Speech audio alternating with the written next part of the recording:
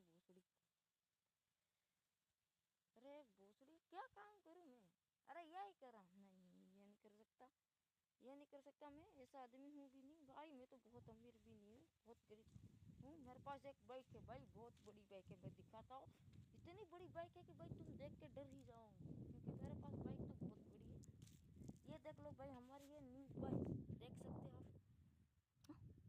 ये तो साइकिल है, नहीं नहीं साइकिल नहीं, बाइक है, बाइक है पूरी 50 लाख स्पीड, नहीं नहीं 50 की स्पीड में भी नहीं जाती। व्यवस्थित कैसे ब्लॉग बनाता है कौन, तो तुम नहीं। हाँ भोसड़ी ब्लॉग में तुम्हारा स्वागत नहीं था, इसीलिए वीडियो को लाइक कर दो और चैनल को सब्सक्राइब नहीं, चैनल को सब्सक्राइब कर दो कर दो कर दो कर दो।